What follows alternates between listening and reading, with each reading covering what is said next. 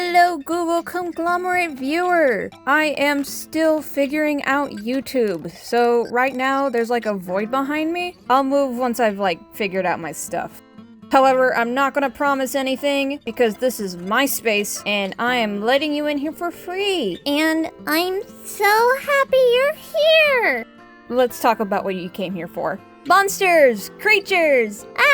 Scary! I'm gonna be messing with doing creature designing, specifically for my pilot comic thingy. I'm pretty confident in my drawing skills, but not so much in the creature department. And my story is going to need a lot of them, so let's get started. First, I'm going to need a premise, something to base these creatures off of. Let me give you a synopsis of my story. Imagine if your heart had a mind of its own. What if you put so much pressure on it, it was able to squeeze out of you? What if your heart had the power to go into fight or flight mode? That's what happens in Cupids. In Cupids, your heart has the power to create a shield around itself, taking on the form of a couple of different things really. Basically a conglomerate of feelings that the heart is holding on to. It's a living creature made out of fears and insecurities. It's a metaphor, especially for the situation that caused the heart to jump out in the first place. And that's our starting place for this exercise. So when designing these things, I want to be thinking about their story. So what was I thinking when I created this little guy? Well, okay, so when I think of creature designs, my first thought is weird or gross. Especially in my design style, which is more on the cartoony spectrum. And frankly, I love teeth. So I wanted to give him teeth. They're nasty and they're zany. So yeah, I was thinking about teeth. And for the relatability factor, I don't like biting into apples, especially with my top teeth. So this thing doesn't have top teeth. Speaking of apples, when I was making this thing, I was also thinking of the saying, an apple a day keeps the doctor away. So I'm thinking doctors, and I'm thinking teeth, so of course I'm gonna be thinking about one of the most notorious doctors out there, which is a dentist. It's a very classic and honestly very childish thing to be afraid of, right? So I made this thing kind of a child. I gave it a cute raincoat. And when it came to his eyes, I was probably thinking about Richard Scarry's art, who was famous for making a children's book about a worm in an apple cart. I think it gave him a bit of a cute factor, while also being kind of uncanny. So this is my final design. Its name is Apple Thing, and I like it, but it's not exactly what I'm going for. I'd prefer to stay away from more humanistic designs, so the more abstract I can get with it, the better. But for our first attempt, it's cute. Okay, so I considered not showing you my second attempt, because it's definitely not my favorite of anything I've done, but I figured I'd give you another look into my design process. All designers have their goods and their bads. We all go through a whole bunch of different designs until we finally find the ones that we enjoy. So here's one of the many that I did not go with in the end. This one is interesting in that I still enjoy the idea, so maybe I'll give this another shot one day. So for this one, I was essentially thinking about alligators. To be honest, I just really wanted to draw one. I don't know, I like their big funny noses and their big old teeth. Haha, teeth. Now, I don't have any experience running into an alligator myself. However, when I was going to college, I did have to drive over the states that do include big old swamp areas that have bridges suspended over big bodies of water. As a stubborn person who didn't want to turn in for the night, I was driving these long, dark roads over alligator-infested waters. Also, thinking about these roads again reminded me of the place that I was traveling to in the first place, which was one of the most haunted locations in the United States. So, of course, now I'm thinking, ghost. A ghost alligator. So I gave this thing a floating head, a crazy spine. I draped it with fabric, and its color scheme came out to be cold blues and yellows. So an interesting attempt and a fun idea, but ultimately in the end, I would scrap this one.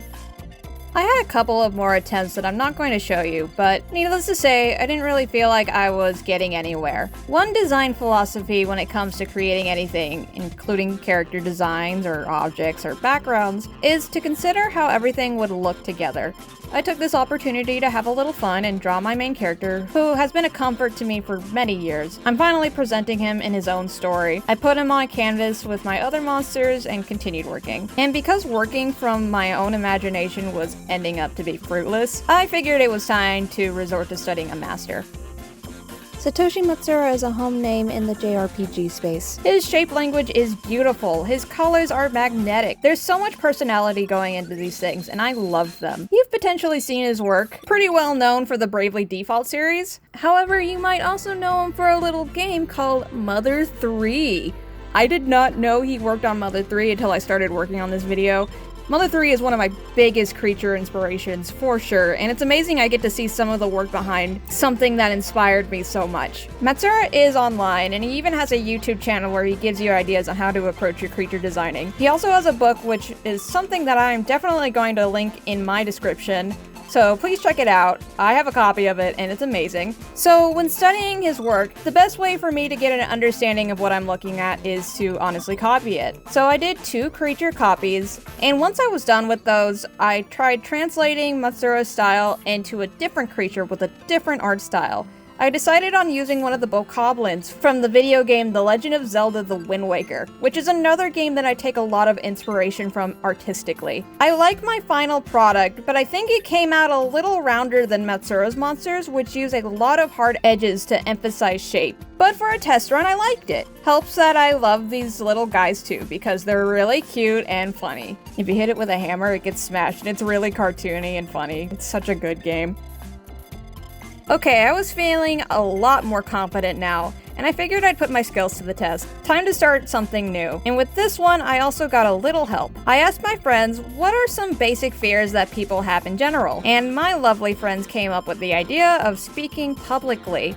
This is excellent, and as my funny little autism brain goes, I had to put a spin on it. So I started thinking about my interactions with people.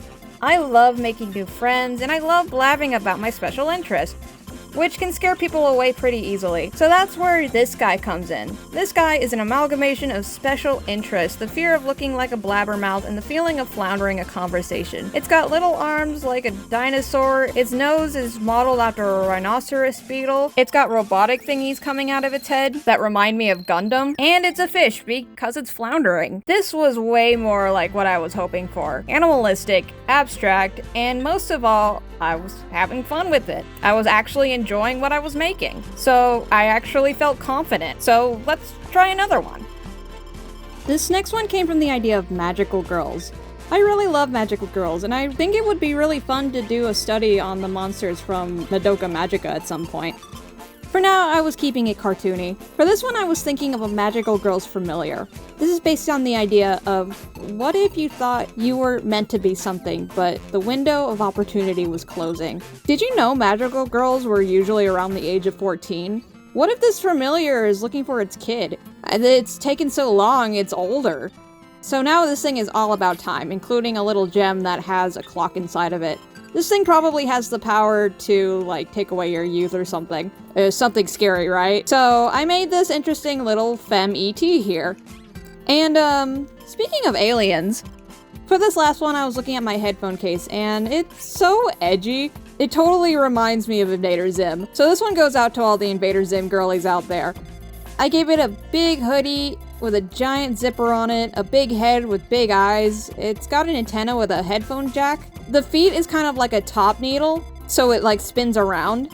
And of course the original colors were going to be orange and green, but I kept it closer to my edgy headphones and made it orange and black.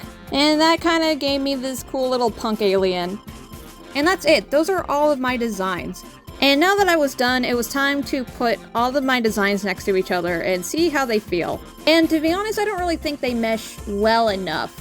I think we can do better than this. And I don't mean just redrawing these characters. I think we can have a little more fun than just a character and some monsters on a white background, not doing anything.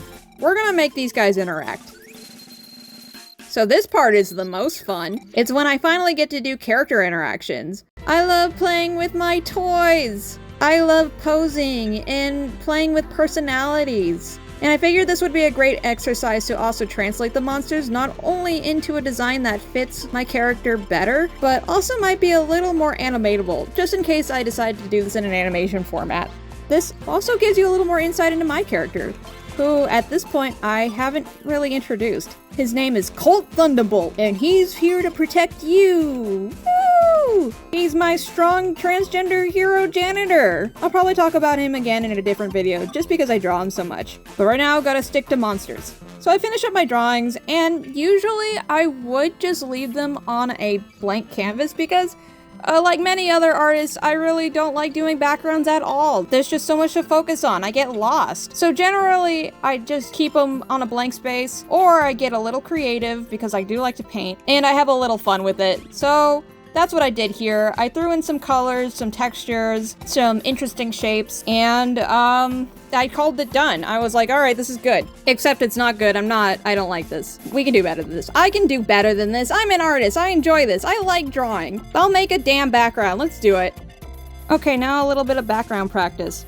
I decided to make it even easier on myself by not even drawing any of the line art. I just used the border effect tool in Clip Paint Studios. Essentially, I just painted these backgrounds in with layer upon layer. It was really simple. And then I got to get a little creative with where everyone was. Maybe Colt would find the little alien in the attic. Maybe the old femme ET was in a school that OBS didn't capture because I accidentally had a window over it. Maybe Apple Thing is in the city because he's wearing a raincoat. Of course, maybe our big shark is in a fish store. And with that, I gave Cole and his monsters just a bunch of beautiful interiors and exteriors. And it feels like there's a little more thought into it. And we get to see more personality and more story. And that's really the most important part. Do story. Story drives everything. And with that, I'm done. Look at it. Look at these guys. So spiffy, so pretty, so nice and colorful. Thank you, Gradient Tool. In the future, I might want to make the monsters a little more uniform, kind of similar to like Kingdom Hearts-esque. Maybe not like a little sigil on it, but like you can tell they're related. They're in the same story. But like I said, the most important thing is to focus on the story. The design will come afterwards. So if you're working on creature designs like me, that's the big takeaway here. Enjoy the process, enjoy the story.